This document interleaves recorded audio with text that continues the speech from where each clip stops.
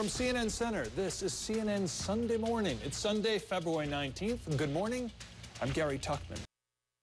You wait for a voice like that for a lifetime. You wait for a face like that, a smile like that, a presence like that for a lifetime. And when one person embodies it all, well, it takes your breath away.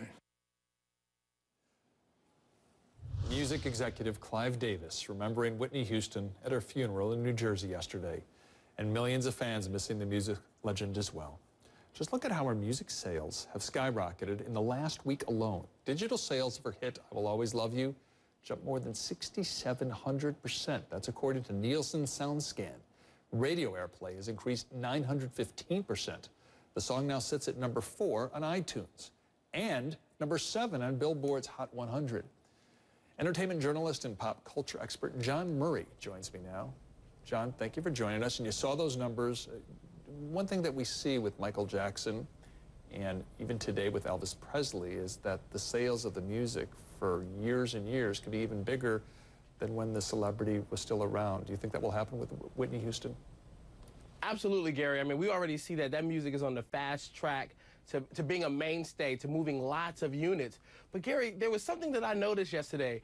In addition to the music really taking off, which it has been for the last 7 days, there was this outpouring on social media of people who were saying, you know what, I'm going to get up and go to church tomorrow. I'm going to return to church tomorrow in honor of Whitney Houston, because Whitney Houston, in her death, commanded a worldwide revival and an intimate look into the black church experience that was quite impressive to a lot of people who had never seen anything like it before. Yeah, I think that's a really important point, because so many people aren't familiar with the African-American church experience, and that was the first look for a lot of people, and it was certainly very inspirational and moving and much different than what a lot of people have experienced in their houses of worship.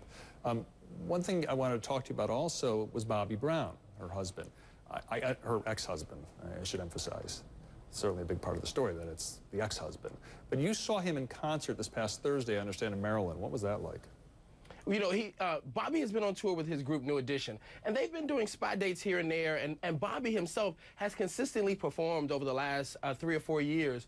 But it was great. You know, it was his first night back after having gone to Los Angeles to look after his daughter, Bobby Christina, and the crowd embraced him in such a great way, Gary. I mean, when he hit the stage, the applause was thunderous, and you could tell he really needed that energy. You know, he had his fiancée, Alicia, with him. He had 3 of his other children with him, and they were encouraging him throughout the night. He spoke lovingly about Whitney, and he beckoned the audience to continue to keep him, their family, and her legacy all in prayer.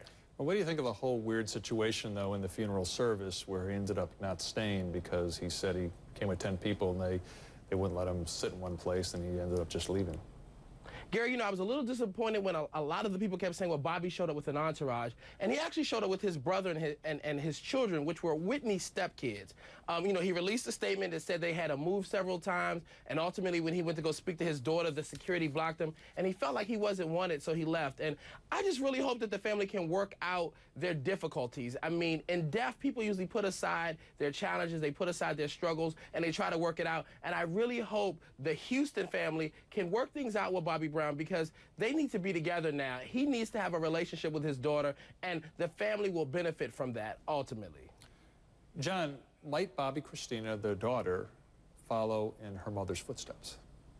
You know, she has some YouTube clips where she's singing. She's expressed some subtle singing aspirations. You know, she would perform a little bit with her mom when they would go out and do interviews and performances. She'd sing a little bit on the Wyclef Jean song, My Love Is Your Love. So we could see Bobby Christina, the recording artist, in the near future.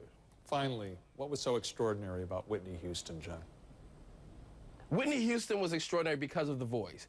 I mean, she came out in an MTV era where there were music videos, there was pyrotechnos, there were laser lights, but Whitney Houston would put on a gown, stand flat-footed, and sing. And so many artists, the Jennifer Hudsons, the Christina Aguileras, the Kelly Clarksons of the business, they all benefit from being able to just sing, and that's because of Whitney Houston.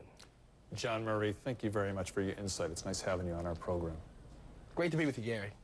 We'll be back with more right after this. Stay with us.